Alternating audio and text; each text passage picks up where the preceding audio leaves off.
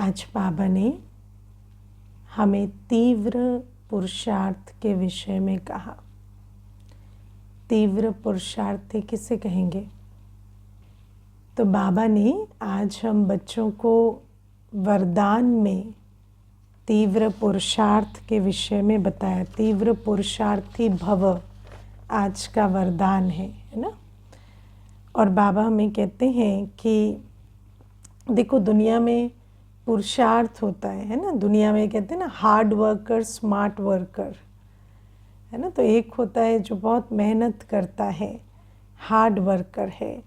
दूसरा होता है स्मार्ट वर्कर, है ना, कम मेहनत में ज़्यादा प्राप्ति। लेकिन जो स्मार्ट वर्कर होता है ना, उसको मेहनत से ज़्यादा मेहनत कहाँ करनी है वो मालूम होता है।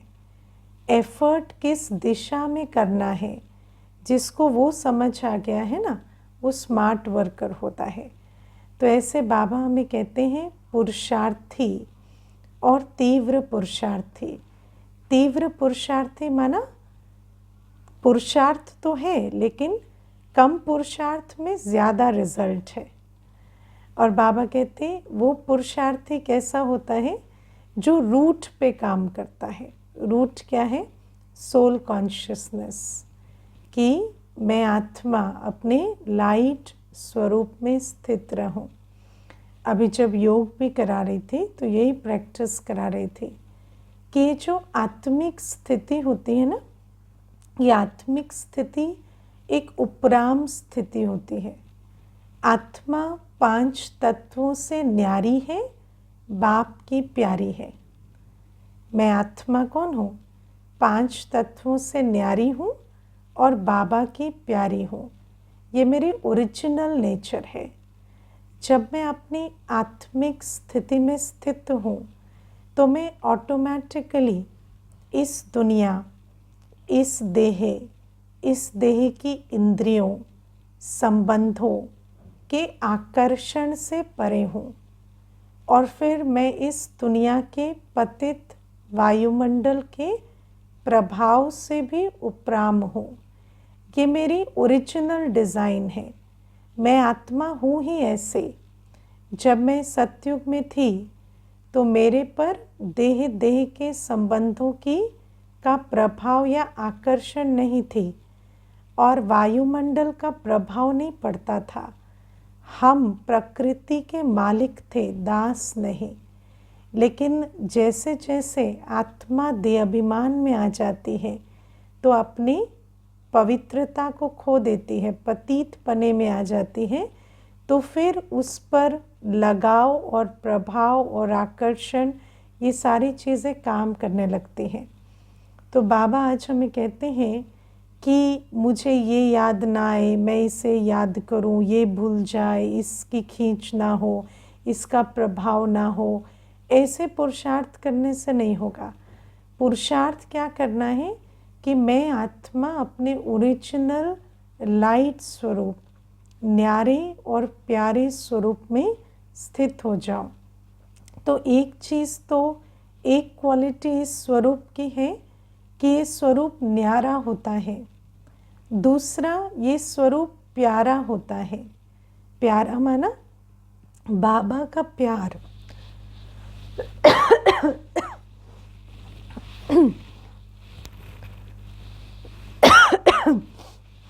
बाबा का प्यार मुझ आत्मा को स्वतः ही प्राप्त होता है। मैं आत्मा हूँ ही बाप की प्यारी, और बाबा के प्यार में तो सब कुछ समाया हुआ है। शांति भी, स्नेह भी, शक्ति भी, पतित से पावन बनाने का बल भी। तो बाबा कहते हैं जब मैं इस लाइट स्वरूप में स्थित हूँ तो एक तो मैं दुनिया के आकर्षणों और प्रभावों से न्यारी हूँ। दूसरा, बाबा का प्यार, बाबा की शक्ति, बाबा का स्नेह, बल, प्रेरणा मैं स्वतः ही खींचती रहती हूँ। तो बाबा कहते हैं यदि हम ये एक पुरुषार्थ करें, ये एक पुरुषार्थ अपने आत्मिक स्वरूप में स्थित होने का, तो इस एक पुरुषार्थ में प्राप्तियां भी समाई हुई हैं और प्रभाव मुक्त होना, लगाव मुक्त होने की स्थिति भी समाई हुई है। और आज बाबा कहते हैं कि इससे लाभ क्या क्या होते हैं कि वे व्यर्थ समय, व्यर्थ संग, व्यर्थ वातावरण को सहज परिवर्तन करके डबल लाइट रहते हैं। जिस पर आपका जिससे आप प्रभावित नहीं होंगे वो आपके द्वारा परिवर्तन हो सकता है। तो व्यर्थ समय, व्यर्थ संग, व्यर्थ वातावरण से जब हम स्वयं उपराम रहेंगे तो उनको परिवर्तन कर सकते हैं। साथ साथ ब्राह्मण परिवार के संबंध में और सेवा के संबंध में भी हल्के रहते हैं। संबंध में आते हुए भी संबंधों का प्रभाव या लगाव या कोई अटकना चटकना कुछ नहीं होता है ना। उनका रिश्ता किसी भी पुराने संस्कार व संसार से नहीं रहता। रहेंगे हम पुराने संसार में, पुराने संस्कार भी होंगे, लेकिन उनसे हमारा रिश्ता नहीं होगा। रिश्ता नहीं है तो फिर वो हम पर इन्फ्लुएंस नहीं कर सकते। किसी देहधारी व्यक्ति व वस्तु की तरफ उनकी आकर्षण हो नहीं सकते। और बाबा कहते हैं ऐसे तीव्र पुरुषार्थी बच्चे सहज ही फरिश्तेपन की स्थिति को प्राप्त कर लेते हैं, क्योंकि ऐसे पुरुषार्थ यदि हम करते हैं सदा अपने लाइट स्वरूप में स्थित होने का, तो धीरे धीरे हम अपने संपूर्ण डबल लाइट फरिश्ते स्वरूप में एकाग्र हो जाते हैं। तो ये है आज तीव्र पुरुषार्थी की समझ जो बाबा ने हमें दी। फिर आज बाबा हमें कहते हैं कि पतित और पावन में रात दिन का अंतर है ना। और बाबा आज हमें प्रेरणा देते हैं कि तुम्हें पतितों को पावन बनाने की सेवा करनी है। इसीलिए तुम्हें व्यर्थ बातों में, व्यर्थ चिंतन में अपना समय नहीं गंवाना है। तो लक्ष्य पक्का होगा तो लक्षण आएंगे। पहले तो हम उस दुनिया से आए हैं ना जहाँ हम टाइम पास करते थे। तो टाइम पास करते थे माना हमारे टाइम की कोई वैल्यू नहीं है, इसलिए तो टाइम पास करते थे ना। अब बाबा कहते हैं तुम्हारे समय की वैल्यू समझो कि तुम्हें इसी समय संकल्प से, इसी शरीर से अपना भी भविष्य बनाना है और सारी दुनिया को भी पावन बनाना है। लेकिन सबसे पहले हमें समझना है जो बाबा आज कहते हैं पतित और पावन में रात दिन का अंतर होता है ना। तो पतित और पावन में क्या अंतर होता है ये बुद्धि से ही समझ सकते हैं, क्योंकि ये जो दुनिया है ये पतित दुनिया है। पावन दुनिया थी, पावन दुनिया आने वाली है, लेकिन इस समय पावन दुनिया की कोई निशानियां नहीं बची हैं। यहाँ तक कि जो हम कथाएं भी सुनते हैं, शास्त्रों में भी जो वर्णन आते हैं, वो भी एक्यूरेट पावन दुनिया के वर्णन नहीं है। और हम जो चित्र भी देखते हैं कि देवताएं ऐसे थे, श्री कृष्ण ऐसे थे, श्री लक्ष्मी नारायण ऐसे थे, तो उन चित्रों में भी पावन दुनिया का एक्यूरेट चित्र नहीं आता। आता है क्या? हमने तो चित्र देखा ना कि लक्ष्मी जी पाँव के पास बैठी हैं और श्री नारायण शैया पर लेटे हैं, तो वो एक्यूरेट चित्र पावन दुनिया का नहीं है। तो बाबा हमें कहते हैं कि पावन दुनिया कैसी होगी ये हमें बाबा समझाते हैं। और पतित दुनिया को भी बुद्धि से समझना होता है, पावन दुनिया को भी बुद्धि से समझना होता है, क्योंकि जिस दुनिया में इतने समय से रहते आए हैं उसके पतित पने की भी ऐसी आदत हो गई है कि कैसे उस पतित दुनिया को समझें। और फिर बाबा हमें बहुत अच्छी आज एक बात बताते हैं कि पतित दुनिया में बुद्धि ही पत्थर बुद्धि बन जाती है। तो जिस बुद्धि से हमें समझना है वो बुद्धि ही हमारे अगेंस्ट काम कर रही है। तो जिस बुद्धि से हमें पावन दुनिया को समझना है वो बुद्धि ही स्वयं पतित है, तो कैसे पावन दुनिया को समझे।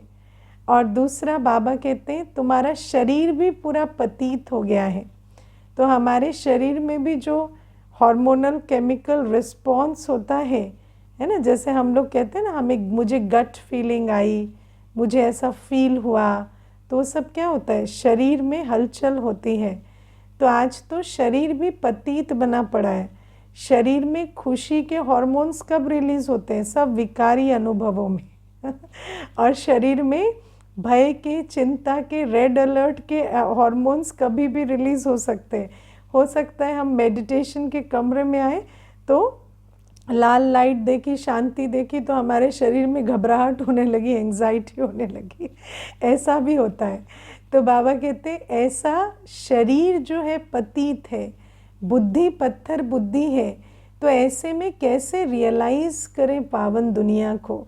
और बाबा कहते पतित दुनिया पावन दुनिया में तो बहुत अंतर है। अब आप सोचो, पवित्र दुनिया में, पावन दुनिया में आत्मा राजा है। सबसे पहली निशानी क्या है, पवित्रता माना स्वराज्य, पवित्रता माना विश्वराज, पवित्रता माना पहले मेरा इंद्रियों पर राज है, प्रकृति पर राज है।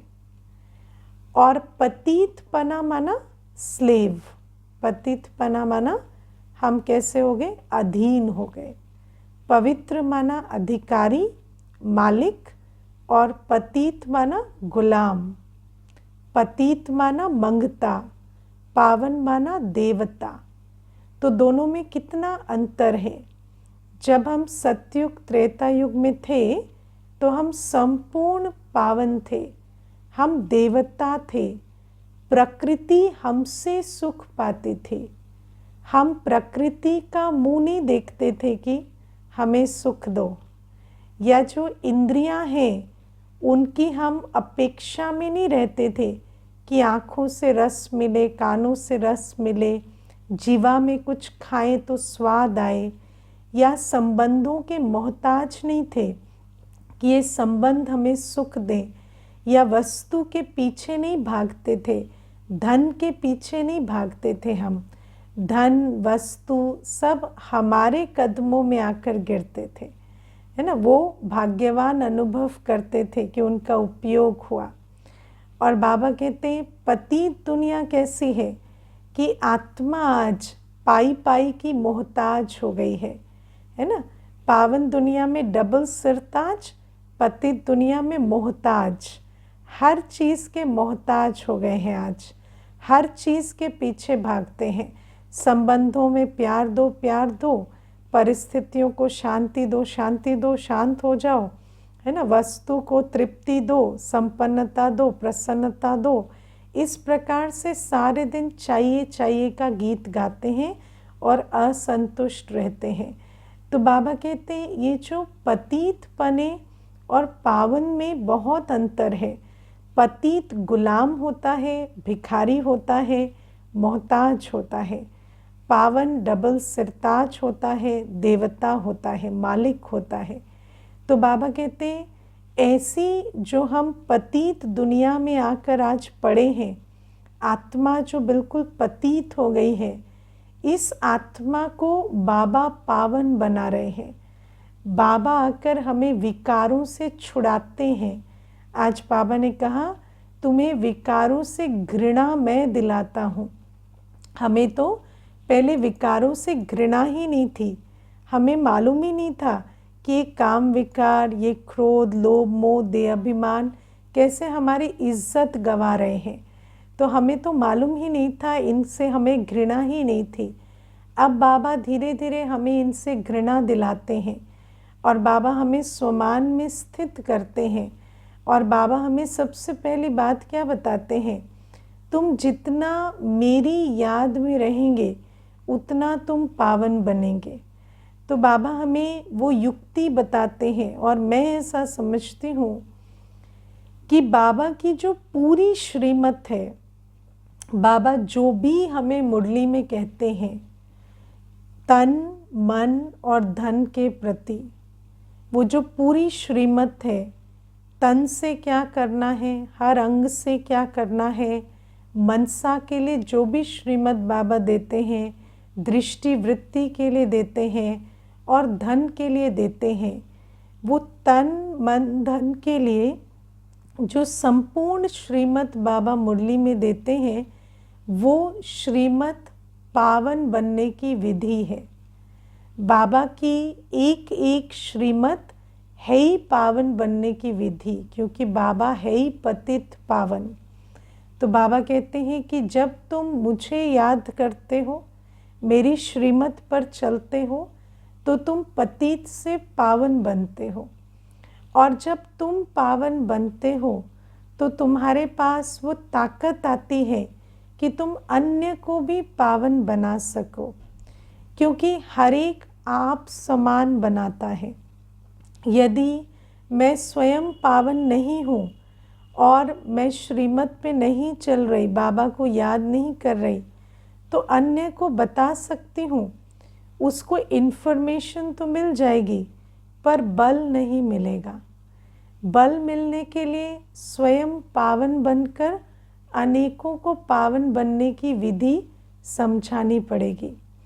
तो बाबा कहते हैं इसीलिए तुम्हें अभी अपना संकल्प, अपना समय व्यर्थ नहीं गंवाना है, क्योंकि तुम्हें इस संकल्प और समय और इस शरीर में रहते, इस शरीर की वैल्यू समझो, संकल्प की वैल्यू समझो, क्योंकि संकल्पों से ही बाबा को याद करना है, और समय की वैल्यू समझो, क्योंकि समय में ही श्रीमत पर चलना है। और व्यर्थ ना गवा के तुम्हें याद और सेवा के बल से अपने आप को भी पावन बनाना है और सारी दुनिया को भी पावन बनाना है। लेकिन पहले तो हम रियलाइज़ करें कि प्रॉब्लम कितनी बड़ी है, क्योंकि कई बार क्या होता है ना, जैसे मानो कोई परेशानी हो गई है, घर में ही, लौकिक घर में ही कोई बात हो जाती है, तो किसी को कहो ये हो गया है, आप उठो थोड़ा कुछ करो, तो वो बिस्तर पर बैठा बैठा कहता है हाँ समझ जाएंगे, कर लेंगे, है ना। लेकिन उसको इंटेंसिटी प्रॉब्लम की समझ नहीं आ रही है। तो बाबा कहते हैं हमें भी, हमारी बुद्धि कैसी हो गई है, पतित ना, तो हमें समझ नहीं आ रहा है कि इतना बड़ा कार्य है कि इस इतनी बड़ी पतित दुनिया को पावन बनाना है बाबा का राइट हैंड बनकर। तो बाबा कहते हैं जब तुम्हें रियलाइज़ हो, निश्चय हो, तो फिर तुम मेहनत करेंगे। और ऐसे बच्चे जिनको निश्चय है कि मुझे इस विश्व को बाबा का राइट हैंड बनकर पावन बनाना है, वो अपना समय व्यर्थ बातों में नहीं गंवाते, है ना। और बाबा आज कहते हैं सबको लड़ मर के ख़त्म हो जाना है तुम उनकी बातों में क्यों जाते हो? तुम दुनिया की जिन बातों के विस्तार में जा रहे हो ना, उन बातों का कोई अंत नहीं है, है ना। मैं आपको एक बच्चे की बात बताती हूँ। तो मुझे हमेशा कहते हैं मेरे पिताजी बहुत चिंता करते हैं, और मेरे पिताजी व्यर्थ चिंता करते हैं, इसकी उसकी पुरानी पराई बातें लेके चिंता करते रहते हैं। और मैं उनको बहुत रोकता हूँ, मुझे उनकी बहुत फ़िक्र होती है, लेकिन वो रुकते नहीं हैं। तो मैंने कहा वो तो नहीं रुक रहे, पर आप रुक गए हैं, है ना, क्योंकि वो तो व्यर्थ बातों की चिंता करके अपना ड्रामा बना ही रहे हैं, और आप भी उनकी चिंता करके उनके ड्रामा में शामिल हो रहे हैं। आप भी वही कर रहे हैं जो वो कर रहे हैं, लेकिन आप समझ रहे हैं आप उनको छुड़ा सकते हैं। लेकिन इस समय दुनिया का ये हाल है कि आप हर एक को श्रीमत का हाथ तो दो, अगर वो हाथ पकड़कर बाहर आए तो उसको अच्छी बात है ना, उसको लिफ्ट दे दो। लेकिन अगर वो हाथ ना पकड़े और आप ही को नीचे खींचता जाए, तो फिर आप हाथ छुड़ाकर कम से कम अपनी सेफ्टी तो करो तो बाबा कहते हैं अपनी बुद्धि का हाथ कम से कम जो है वो किसी को सेवार्थ तो चलो थोड़ी बुद्धि हम लगाते हैं कि इनको कैसे समझाएं या कैसे इनका उद्धार करें, लेकिन ये समझना है कि अगर किसी आत्मा ने अपना निर्णय लिया है कि मुझे तो इसी प्रकार से व्यर्थ विस्तार में ख़त्म हो जाना है, लड़ना झगड़ना है, चिंता करना है, दुखी रहना है, जो भी है, बाबा कहते उनका तो विनाश निश्चित है, लेकिन तुम तो मेरे राइट हैंड बच्चे हो ना, तुम्हारी तरफ तो मैं स्थापना के कार्य के लिए देख रहा हूँ, तुम उस तरफ नहीं देखो। तुम अब अपनी बुद्धि को इन बातों से फ्री करो, व्यर्थ बातों से। व्यर्थ बातें क्या होती हैं? आप सोचते जा सकते हैं लेकिन उसका कोई सल्यूशन नहीं है। तो बाबा कहते हैं इन बातों में हमें अब नहीं जाना है, अब छोड़ो, अब अपना पल्ला झाड़ो इनसे। और अब तुम क्या करो? तुम बाबा को याद करो। बाबा कहते हैं, बाबा कहते घूमने फिरने भी जाते हैं तो भी मैंने देखा मुझे याद नहीं करते, व्यर्थ चिंतन में पड़े रहते हैं। तो बाबा कहते हैं ये जो व्यर्थ चिंतन है, ड्रामा में क्या होगा, ये ऐसा क्यों करता है, वो ऐसा क्यों करता है, इन क्यों का कोई उत्तर नहीं है। तो तुम अभी क्या करो, तुम अपना वो समय और संकल्प मुझे याद करने में लगाओ। और बाबा क्या कहते हैं, याद कैसी होनी चाहिए? सच्ची दिल से, प्यार से, युक्ति युक्त, अर्थ सहित बाबा की याद होनी चाहिए, है ना। लाचारी याद नहीं, लाचारी याद नहीं। लाचारी याद देखिए ना, हाँ, कोविड के समय पे कहते हैं कि सबसे ज़्यादा सर्च हुई, है ना, प्रेयर के ऊपर। प्रेयर, मेडिटेशन, ये गूगल पर सबसे ज़्यादा सर्च वर्ड्स थे जब कोविड आया। तो बाबा कहते हैं जब आपदा आती है तो हर कोई भगवान को याद करता है, लेकिन वो याद वो नहीं कर रहा, वो याद ड्रामा करा रहा है ना। तो उसके अभिमान में नहीं रहना कि मैंने तब याद किया, या कोई परिस्थिति आती है तो परिस्थिति ने मजबूर किया, ड्रामा ने मजबूर किया, तो हमने बाबा को याद किया, वो तो लाचारी याद है ना। एक माता ने आज बहुत अच्छी बात कही, कहती है बेटी जो है वो किसी ऐसे स्थान पर थी जहाँ अमृत वेला करना होता था, तो वो फिर 4 बजे अमृत वेला उठती थी ना, तो माँ उसकी याद में कि मेरी बेटी उठ गई होगी, 4 बजे बैठी होगी, तो माँ उसकी याद में अमृत वेला कर लेती थी। लेकिन जब बेटी घर आ गई तो ना माँ ने अमृत वेला किया ना बेटी ने, दोनों मिलके सोए, है ना। तो बाबा कहते ये सब क्या है, ये लाचारी याद है। लाचारी याद माना परिस्थिति जनित याद, ऐसी याद का कोई महत्व नहीं है। आज बाबा हमें बहुत फिर से अंडरलाइन कराते हैं, संडे की मुरली में भी बाबा ने अंडरलाइन कराया था कि ऐसा समय आएगा जब ड्रामा सबसे पुरुषार्थ कराएगा, है ना। और उसका हमने एक रिहर्सल भी देखी कोविड के टाइम की। मैं आपको एक अनुभव की बात बताती हूँ। पीछे एक भाई आया था, तो उसको मैं कुछ समझा रही थी विनाश के विषय में, तो वो एग्री नहीं कर रहा था। तो मैंने उसको कहा देखो कोविड के टाइम पे हमने देखा ना किस प्रकार एक विनाश की रिहर्सल हुई। तो मुझे कहता है बहन जी अब वो बात मत कीजिए, वो तो एक बुरा सपना था, वो बुरा सपना तो हो गया, भूल गए, अब उसकी तो बात भी नहीं करनी चाहिए, ऐसे कोई रोज़ रोज़ नहीं होता है, ये तो एक वन ऑफ इंसिडेंट हो गया। अब ऐसा नहीं है कि उसको हम एग्जाम्पल बना के अपने आगे की जीवन तय कर सकते हैं। तो मैंने उसको कहा 2 वर्ष वो बुरा सपना चला, लेकिन देखो सपने की ताकत नहीं है कि आपको नींद से जगा दे, है ना। तो व्यक्ति क्या है, हर समय ये जो कुंभकर्ण की नींद है, अज्ञान की नींद है, ये ऐसी है कि इतना बड़ा समय आकर गया लेकिन फिर भी मनुष्य ने कुछ नहीं सीखा। जैसे ही वो बात पलट गई तो हमारी बुद्धि भी ऐसी हो गई कि वो तो एक बुरा सपना था और बुरे सपने को तो भूल जाना अच्छा है। बुरा सपना भूलने के लिए नहीं आया था, है ना, ना तो सपना था, ना बुरा था, ना भूलने के लिए आया था। ये तो हुआ इसलिए कि हमें समझ आए कि हमें तैयारी क्या करनी है, लेकिन उस तैयारी पर किसी ने ध्यान नहीं दिया। आज व्यक्ति कहता है, ये तो एग्जाम्पल में भी यूज़ नहीं करना चाहिए क्योंकि ये बातें कोई रोज़ रोज़ नहीं होती हैं, लेकिन बाबा कहते हैं ऐसा नहीं है। और उस समय जैसे समय ने कसा, है ना, समय ने जैसे हमें कसा तो बहुत सारी चीज़ें व्यक्ति को करनी पड़ी। ऐसे बाबा कहते हैं विनाश के समय में भी याद भी आएगी, सारा पुरुषार्थ भी होगा, पवित्र भी रहेंगे, योगी भी बन जाएंगे, सब कुछ होगा, लेकिन उसका एवज़ा तुम्हें नहीं मिलेगा।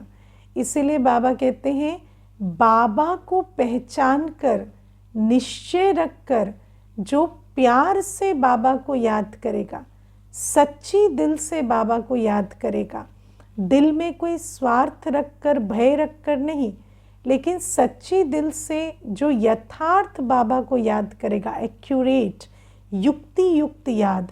युक्ति युक्त याद माना जो बाबा जैसा है, जो है वो जानकर याद करना। और बाबा पतित पावन है तो याद में पावन बनना। बाबा ज्ञान का सागर है तो याद करते करते ज्ञान स्वरूप बनना। ऐसी अर्थ सहित याद जो करेगा, बाबा कहते हैं उस आत्मा की जैसे कमाई हो रही है, और वो जो आत्मा है वो पतित से पावन बन रही है।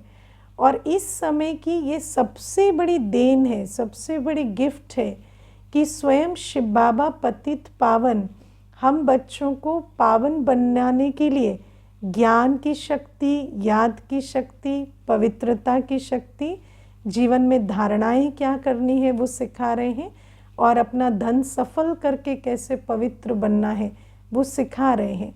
तो बाबा कहते हैं चॉइस से करो। लाचारी से करने में और चॉइस से करने में बहुत अंतर होता है। लाचारी से करना पड़ेगा, उसमें कुछ जमा नहीं होगा, लेकिन चॉइस से करेंगे तो विकर्म विनाश होंगे, हम पावन बनेंगे। और बाबा कहते हैं बच्चों को ये समझ कर पावन बनना है और इस दुनिया को पावन बनाना है। आप में से कौन कौन है जो समय संकल्प व्यर्थ नहीं गवाते? हाँ, व्यर्थ नहीं गवाते, ऐसे बैठे, है ना।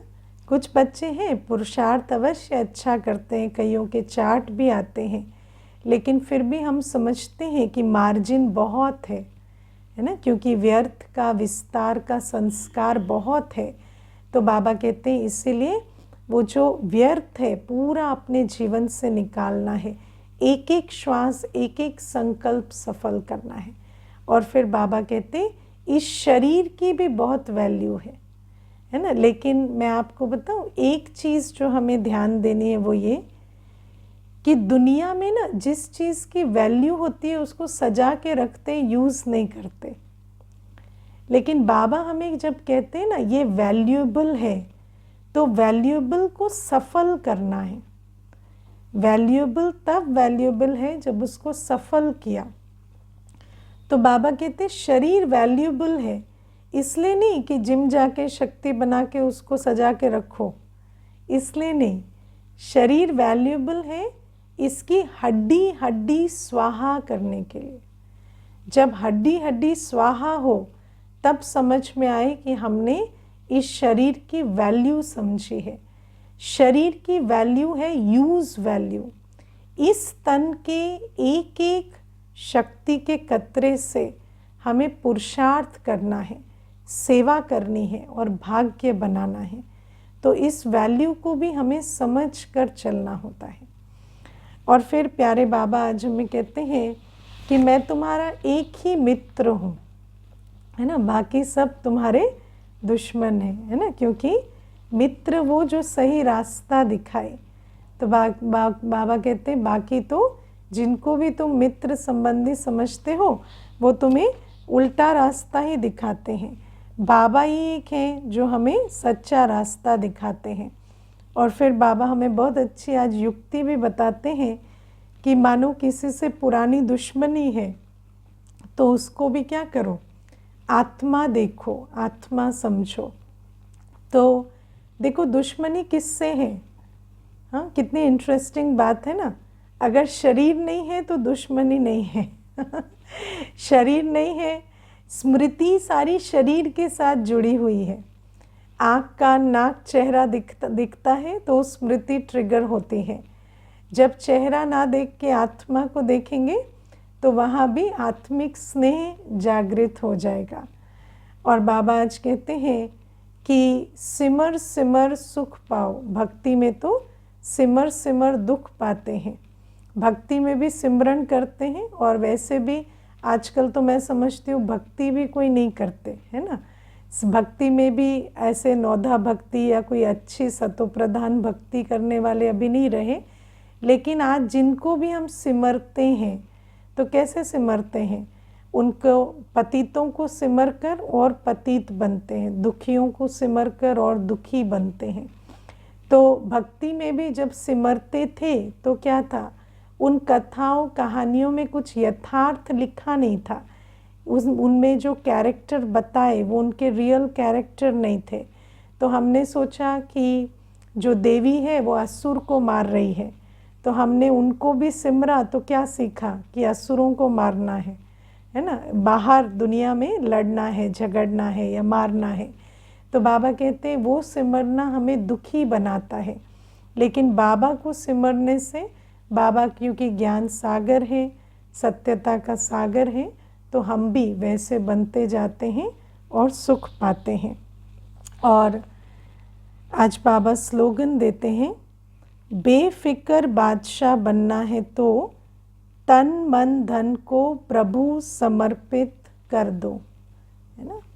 देखो दुनिया में ना आज कलयुग में दो ऑप्शन हैं, या तो हम गरीब रहें या फिक्र वाला बादशाह बने, है ना। बादशाह को बहुत फिक्रात है। आज जिसके पास जितना धन है, जितनी पॉलिटिकल पावर है, कोई और पावर है, वो उतना फिक्रात में है। लेकिन बाबा कहते तुम्हारे पास तन मन धन है, तन कितना भी अच्छा है, मन कितना भी शांत है, धन कितना भी अकिचार है, लेकिन तन मन धन या अर्जन करने में प्रॉब्लम नहीं है।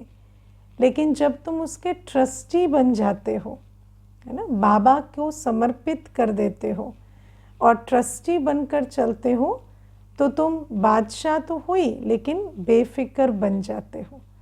तो बाबा कहते हैं एक तो ये, और फिर दूसरा, बाबा को जब हम सब कुछ समर्पित करते हैं तो बाबा अपना सब कुछ हमें दे देते हैं। तो भले ही हमारा तन मन धन थोड़ा है, कम है, लेकिन बाबा का खजाना तो बहुत है, तो उसकी बादशाही हमें मिल जाती है। ओके, तो ये है बाबा की आज की मुरली। ओम शांति।